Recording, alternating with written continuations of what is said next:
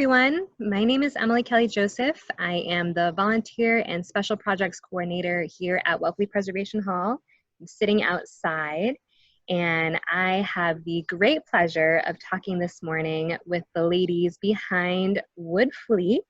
We have Katie Albert and Susie Nielsen, and this year our Woodfleet event, if you know about it, is going to be online. So we just wanted to get you excited about it starting now so that you tune in a couple weeks to participate in Woodfleet 2020. But before we get there, I just want to talk a little bit with these ladies about how Woodfleet got started. So good morning, ladies. How are you? Good morning. Good morning. Good morning. So can you two tell me a little bit about what is Woodfleet if you have never heard of it before? Katie? Oh gosh. Well, what we like to say is Woodfleet is an ever-evolving artistic platform where it has sort of two key elements. One is an exhibition that used to be in person. We hope it will be again. Of artwork, small works that are affordable in nature.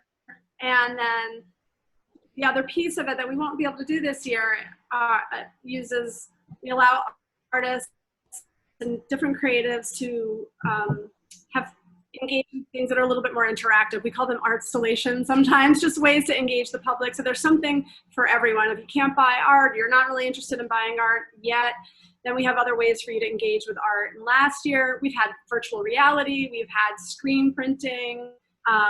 What else, Susie? What other things? Well, we had Concrete Advice from Peter Scarborough Frawley, the concrete poet, which is, he sits and you ask him a question and he types up a concrete poem as a response. We had John Verney doing a projection in the back of some of his art, which was really, really fun. We had Ellie Koss doing a I Am Being stamp project. What else? Yeah, in the virtual, we've had oysters, we've had food trucks, ice cream, barbecues from Tony at Terra Luna. And what we've always said is we did it rain or shine. One year we had a typhoon, and this year we've got a pandemic. So we're always like evolving and figuring out what the world needs. So this year it needs an online art exhibition and sale. Absolutely. Well, that's fantastic. Ladies, what inspired you to start Woodfleet? Why this event? Well, I'll just start that and say that Katie actually started Woodfleet a long time ago at Oyster Fest as a fundraiser and did a fabulous job, and she can talk about that. But then I had just moved here and went to Oyster Fest and stumbled upon her Woodfleet project and was loving the art. And I looked at one piece and I was like, wow, this is so cool. And I was like, I could live here. And then I literally moved here a year later because of Woodfleet. Wow, because of Woodfleet. Oh my goodness. Really, I was like, this is such a great art town. And it's like this every day. Every day is Oyster Fest. And then I got on the board. I was lucky enough to be a board member for Pres Hall for a while. And I wrote Katie and I said, can we do some kind of Woodfleet again? But she can talk about the actual origins of it. So this is Woodfleet 2.0 yes. In a way, because we need to give some credit to Woodfleet 1, because without that, this would have never happened. But Katie, do you want to tell us about it? Well, I mean, there's so much to say about what it is now, but just to pay respect to the original creators, I think it was an idea I had, but really from the earliest point, another Woodfleetian, Emily Frawley, she was a really great partner of mine, and there were a number of other people who really were participating. And really that rain or shine thing existed early on because Oyster Fest, one year we had, I think what we would now maybe call a typhoon. We were holding onto the tent and one of the people, her legs came off the ground and she was like being blown in the air. So, and the show just kept going on. So there's this fluidity. What I'd like to bring forward from that is that idea of it being a fluid experience, and that, we have just always the word of the moment now, pivoted to figure out, how it could continue to exist. And so when Susie came to me, I was thrilled because I really did, we had been on hiatus for a while from doing that. And we were excited to bring it back and evolve it. So it's something different now. And it's, different now. This summer is going to be different. But we have a lot of artists who've been with us from the beginning. Peter Scarborough-Frawley is one of them. Also, right. Hey is. Oh. Yeah. Do you want to talk about Tracy? Oh no, I just lost you. Oh. She's back. Yeah. Talk about Tracy. Yeah. Why don't you talk about our honoree this year? Yes. Well, starting last year, we have really grand ideas for what Woodfleet could be and is, but we're always adding on. And so last year we started to honor an artist and give them all the proceeds. And it was Paul Suggs, and we were thrilled. And Emily actually was the one who won the raffle. And that was a really fun thing because you can buy an affordable raffle and get a really beautiful piece of art. Yeah. And the artist makes even more money on that one piece. So that was great. So this year we were thrilled to have Tracy Harmon Hay. Partly, she is such a part of Wellfleet. She's an amazing artist and just a part of this town. She also was going to do a bit of a retrospective at Pres Hall this year, but because of the pandemic, she didn't feel that it was appropriate. It was just, and the doors were closed. Yeah. So we're honoring her this year, and she's actually making a piece for it right now. And we'll raffle that off, and we'll have that out. So be on the lookout for the raffle as well, because that will be on sale when? Right away? In the next couple of weeks. Stay tuned. Everyone stay tuned. Stay tuned. And I just want to add one other thing is that I think it's so great to work with the hall and to work with Katie, who's very far away and doing tremendous amount of work.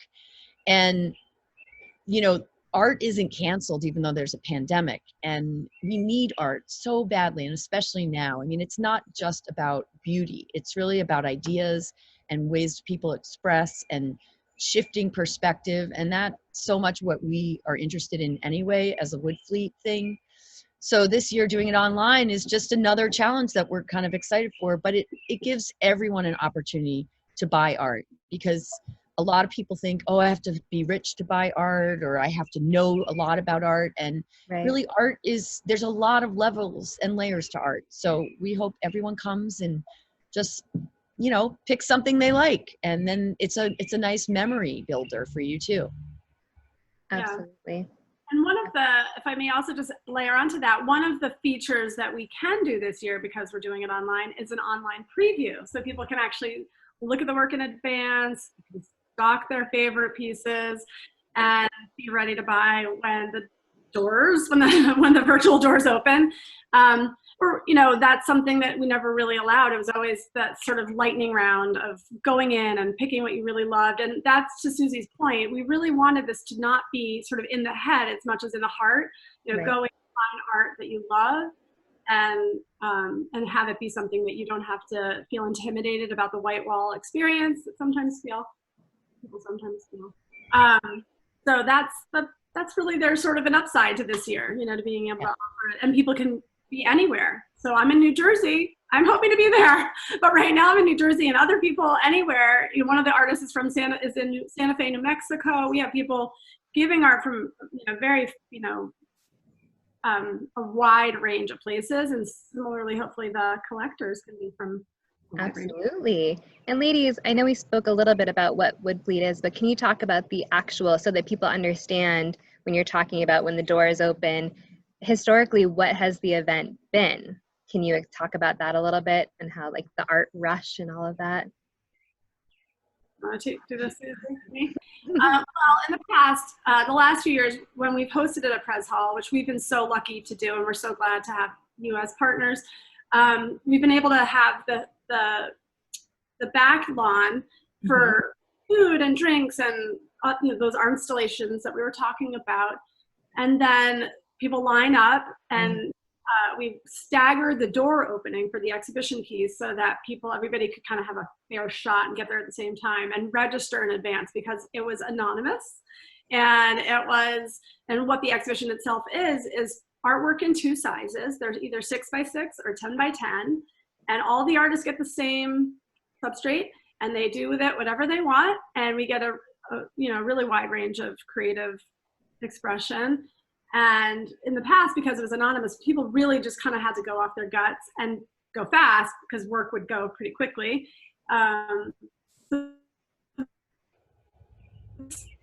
With that same structure, artwork 2 sizes, 6x6, 10x10, and that means and the prices are $250 or $400 accordingly, and that includes shipping. Shipping's free. Yeah. And that's just, the exhibition is really just designed to let everybody, like Susie said, art should be accessible to everybody, and we hope that Woodfleet makes it that way. Absolutely. Why did you choose the 2 sizes of panels? Why not just 1 size? Well, sure. We believe in limits, we'll say that. But I think we also, because this is about art and also accessibility, there's different levels, and we just wanted to give the artists 2 choices to work in or out of their comfort zone. Some people are used to working big, so to take a small panel. And those artists that are people that would sell their work for much more, if they took a small piece or something they're not familiar with, it gave them a chance to kind of push their limits. Right. And then the bigger size was also another reason for, different price points for people. So if you didn't want to spend any money on art and you just are starting to buy art, the smaller piece, gives you an opportunity. And right. Anything else, Katie, you want to say about that? No, I think it's hard to even remember, all the rationale. We've been doing it now, and now what we have a lot of Woodfleet collectors who have walls a little bit like what I have, which are both of these pieces and that piece come from Woodfleet's past. And so I think people also like that we stick with the same sizes. So they, people tell us they have like all their 10x10s or all their 6x6s. It makes it a nice sort of easy visual too. People aren't making 1,000 decisions. They're just going in and making 2. Right. And one other thing I wanted to add to that is that, once you buy a piece of art, you're a collector. So don't, that's a good thing. And the other thing that's really important about art is it is a dialogue. So you need people interested in art and you need artists. And without one of them, it doesn't really exist. So we want people to go in and see art as much as we want people to do art. Right. I love that. Yeah. How did you find all the artists? Do you know all of them? Are they people you've worked with before, or are they strangers? Sign on the highway. Perfect. Craigslist ad. Yeah. I think both Susie and I pull from our pool of, we both worked with artists for a really long time. So we start with the artists that we know, but then also I think Pres Hall has done some outreach too to artists they know and expanded the people we know about. And each year we kind of, accumulate more and more into the community of Woodfleetians. Right. And yeah, it's really, but there are a number who come back year after year. They're excited. As many of the collectors do that, the artists do that. And that's another reason why we didn't want to miss this year. We've really, the theme for Woodfleet has always been to support living artists. We've always shared the proceeds with them and or created scholarships for them. And that's always been the heart and soul, or sort of the bones of it. And so I think that's also why we decided the show must go on this year. And so they get 50% of the profits, just like they would if they were with a gallery. And we give them the panels, they're we think of it as a partnership. Right. And any working artist can contribute to Woodfleet. So it's not an invitation, but we just are trying to keep it that it's artists that are working artists and it's an opportunity for them. So a lot of times it's like one person knows someone and brings someone else in. And so it's always extending. So anyone who's listening, if you're an artist, you are welcome to participate and we'd love it. Yeah. Perfect. I think we touched on this a little bit earlier, but how has the pandemic affected Woodfleet? Well, the key thing is that we're doing it online. I'd say that's the most obvious. Yeah. Anything, Susie? I mean, I think it hasn't, well, a couple things. We're adding the names this year. We're not physical, which is a really important part for Woodfleet, is the physicality. But there's also opportunity here. I mean, there's new things that we're learning from this year that will carry on to the physical.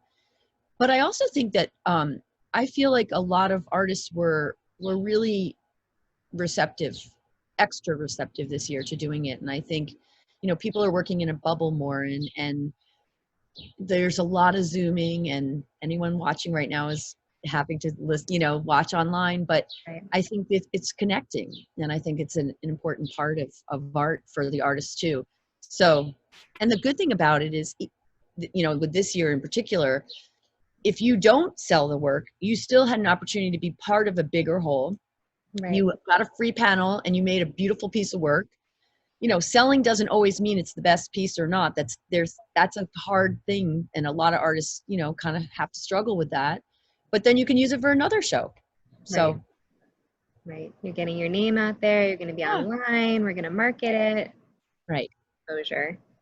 Can you two share perhaps your favorite memories from this event over the past couple of years? All of them. Every memory you have is the best one, right? Straight to the most traumatic ones, like I was telling you before, when my friend was holding on to the tent with we were all trying to hold the tent down. That was the early years, but then just 2 years ago, we kind of had that same situation going out to our food truck that came despite the crazy weather that we were experiencing, and they persevered. And I think you, Emily, were out there with like a broom. Yeah. I mean, that's where my mind goes, because I love that it does, that we've never let anything stop this from going on. We have always figured a workaround, and people showed up. That year we had great turnout, really great turnout. So where my mind goes, maybe 2 years ago to the typhoon. You like the dramatic storm, Woodfleets. Susie, what about you? I was thinking of that day when we were deciding to call it, indoor, outdoor, because we so wanted to be outside. And then everything was set up, which is actually a bit of a job to keep it all in order. And we were trying to bring the tables upstairs exactly laid out. But I also think a lot of the interactive stuff outside, seeing people that I remember one year with Peter, he was doing his typewriting, and this woman who's a doctor, very practical minded, lovely woman, she went up and she asked him a question, and then he gave her a concrete poem, and after she said, this is crazy. This is like real good advice. And those moments of seeing kids and adults and everyone kind of mixing and matching, and of course, Katie and I made the Woodfleet t-shirts, screen printed them one year together, and that was a lot of fun too. Right. And I want to give honorable mention to Jane Lafarge Hamill, who is our virtual reality artist, because having her watching people with her VR, going through her VR experience was really like, I love people hearing them talk about it was great, but watching them go through it is so much fun. And I do look forward to her coming back with another VR piece, because, it is a unusual experience, I think, for most people to experience virtual art, virtual reality. Yeah, that was a really cool component of the event that year. So earlier you said you have all sorts of dreams for the future of Woodfleet. What kinds of, if there were no limitations, what would Woodfleet look like for you? Well, I just think it would be more things outside, more interactive. We've thought, we have some ideas for sculptures that are socially based, and I would always want like some more fun food component, and just more people to be involved and to contribute both sides, as just viewing it, buying it, and making it. So, Katie? Yeah, you nailed it exactly. Having more activities outside, one of the, well, Susie knows this secret, but that I had started to sew a sort of fabric-based thing that would have gone in the back. And sometime around March, all that fabric got repurposed into masks. So, you know, we started to think about this a lot earlier this year, you know, to think about we have a number of ideas of, as she said, sculptures and social minded things that we wanted to introduce. So hopefully we'll have a chance to do those next year. Definitely. Well, if there's any artists out there that are watching this and they haven't done Woodfleet before, they had no idea about it, but now they do, how can they get involved in the future? Well, check out the online this year, just so you can see, and then get in touch with us or the hall, and we'll get you a panel for next year.